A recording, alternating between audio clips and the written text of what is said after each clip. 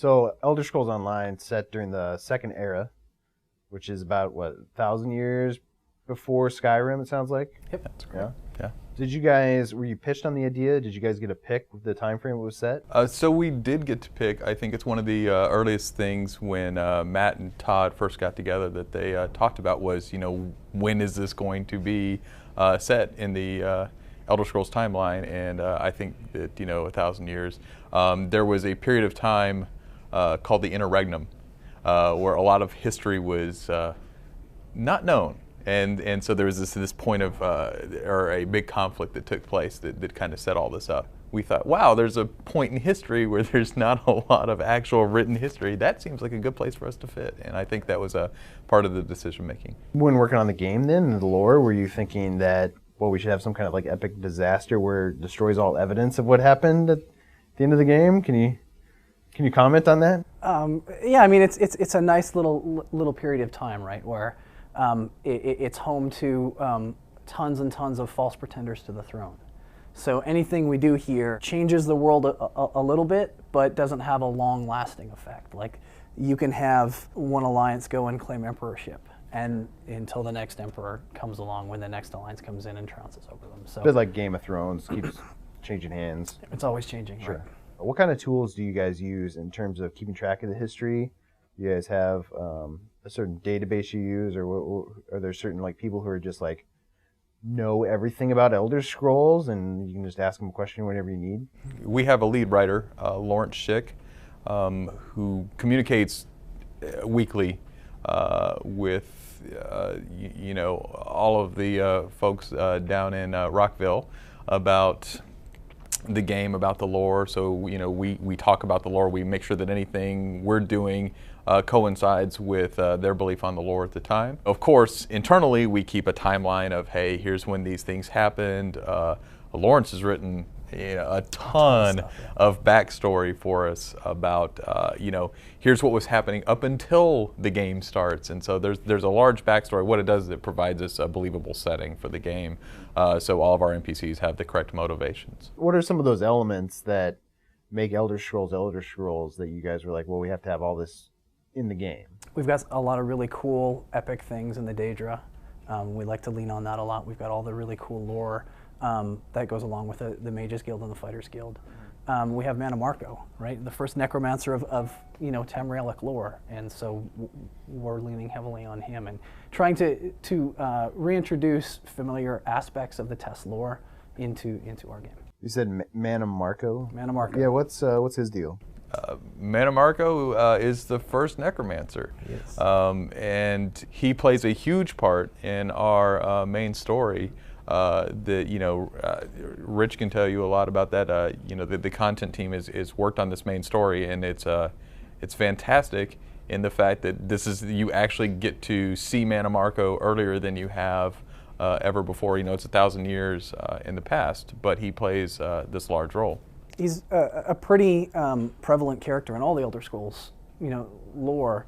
You see him in lore books. You actually got to fight him in Elder Scrolls 4, Oblivion. He's been resurrected at that point, and so at this point in our timeline, you're kind of seeing him before all of that. You guys have any events? You said it was not talked about much that period, but were there any events that some of the earlier games set up or talked about in a lore book that you're like, oh, well, we gotta get that in the game? One of those events is the Akaviri invasion, right? And we kind of set that up as a little bit of a backstory behind some of our alliances and why they've actually grouped together as Ebonheart Pact. That's one of the reasons why they kind of got together and joined forces, was to fend off this Akaviri invasion. So what's the story there? What happened there?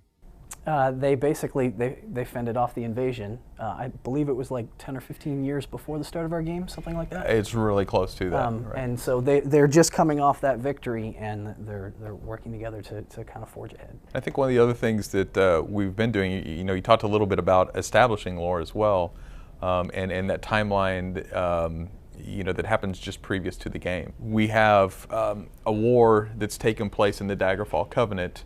I want to say it's like 50 years prior, that they call King Rancer's War, and the player actually gets to experience the effects of the war, And through means which will probably remain unnamed at this point, they actually get to experience a little bit of the war themselves. And so getting that richer, deeper lore of, hey, there was something that happened here, it's part of history. Again, it just keeps the player, grounded in that, like, hey, this is actually a real place. These are people with real problems, which is something, again, that I think is really key to the license. So there's a lot of fans of the Elder Scrolls series out there. People played Morrowind, Oblivion, whatever.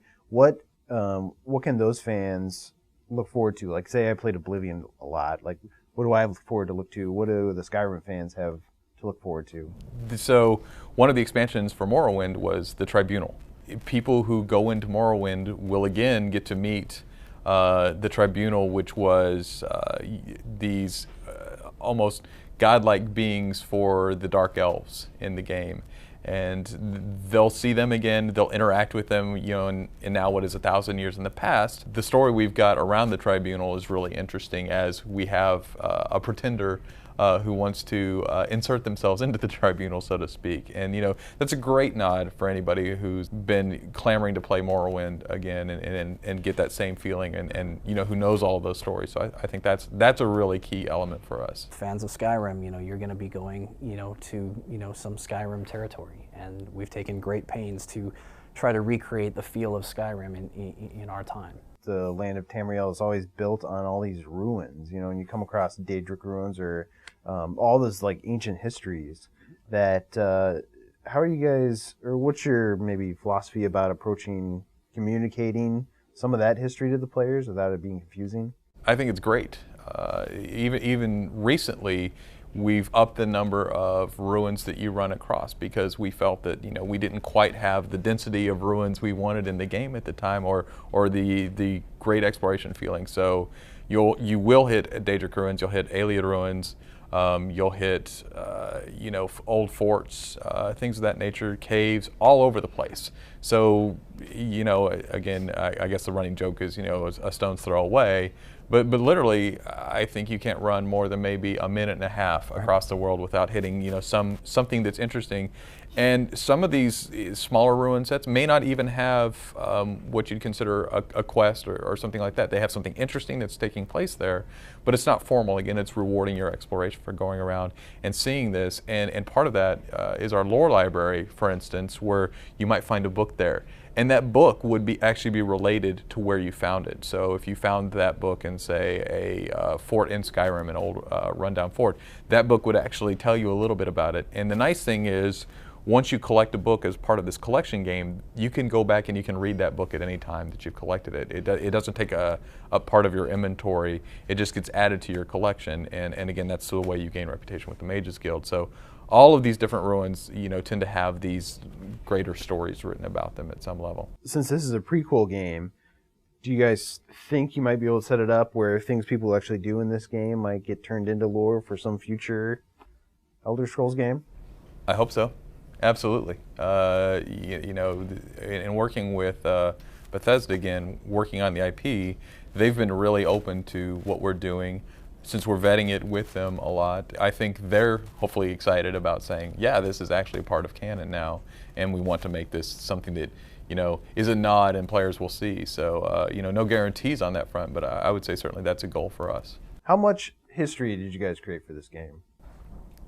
We've created a lot, but we've also had a lot to dig through and sift through and really try and learn. Like, it's 20 years worth of Elder Scrolls that we've had to try and digest and then work with. One of the things that we have while it's taking place is that timeline that goes back 50 years, not just our time, again, to hit on that setting, but even going forward, what are going to be the new quests and those things. And we do a little bit of work for, hey, here's kind of how we see the expansions working, in the game. But again, we're waiting because we want to see what the players do at the end of the day. And I think that's going to be more fun than any plans we have, which, okay, that gets thrown out because the players are doing this now, and yeah, absolutely. And that's great. Well, and Rich, you talked about the online, like going online and seeing how the fans react as being a really enjoyable experience. Do you guys ever go and check out those, the Elder Scrolls wikis? I know there's a couple of them out there. Do you guys find that they're in pretty good shape? Yeah, I mean, the stuff that the consumer does, the fans do, is incredible. They have stuff that I never knew about. I'm sure some Bethesda guys never knew about, and it's all there, and it's really awesome to see that. There is nothing quite like going to these sites and seeing just the amounts of knowledge that they've accumulated, and in convenient places. You know, we have a running inside discussion about lore. What is set in stone is only what's ever been in a game. Right.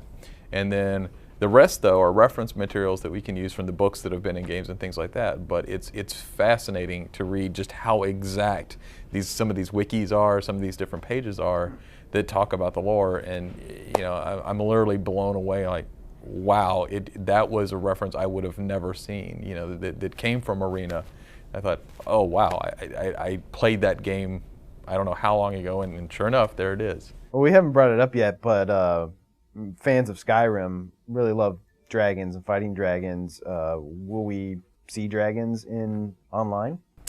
They are not a part of that, a part of our game yet. We definitely have plans for them when they show up. We're not sure yet, but we have some plans. Have some plans. We do. To put dragons in the game. Potentially, yes. Okay. So this is not a period where dragons didn't exist. So it is a period of time where the dragons are not around for various reasons, but we're definitely exploring ways to bring some back. Like you jump into a VR machine and like battle VR dragons? Probably. Sorry not to that ruin the way. surprise. Probably We can cut not that way. Well, thanks a lot for your time, guys. Have a good rest of the day. All right. And good luck making more history.